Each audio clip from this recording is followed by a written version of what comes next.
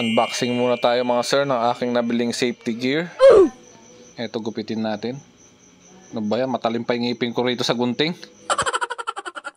Sa tingin nyo mga sir, anong safety gears itong binili ko na ito?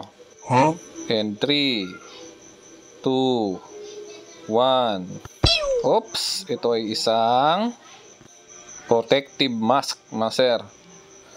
Umorder nga ako nito sa Shopee. Kasi pag nalalanghap natin yung usok ng welding machine, tsaka pag nagga-grinder tayo, ang sakit sa ang sakit sa ilong tsaka sa baga At least pagka meron tayong ganito, mas mapapanatag tayo na safe tayo sa mga nalalanghap natin.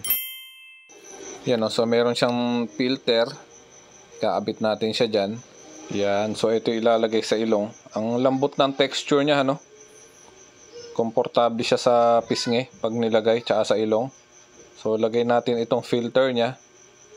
So may lock siya, pipihitin mo lang siya ng pakanan. Ayan may lock siyang ganyan. Pipihitin mo lang. Ang ganda nito pwede siya sa mga chemicals, pwede siya sa mga alikabok, or pag nag-i-spray kayo ng pintura. Pwede ito mga sir. Meron na rin siyang spare na filter. Ayan. Kaya sulit na sa halagang 188 pesos. Mase-safe na yung ating lungs dito.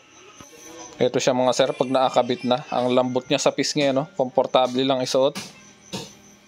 Okay, try natin isuot habang nagga-grinder. Ayos siya mga sir, at least panatag na tayo na hindi tayo makakalanghap ng mga alikabok at mga usok.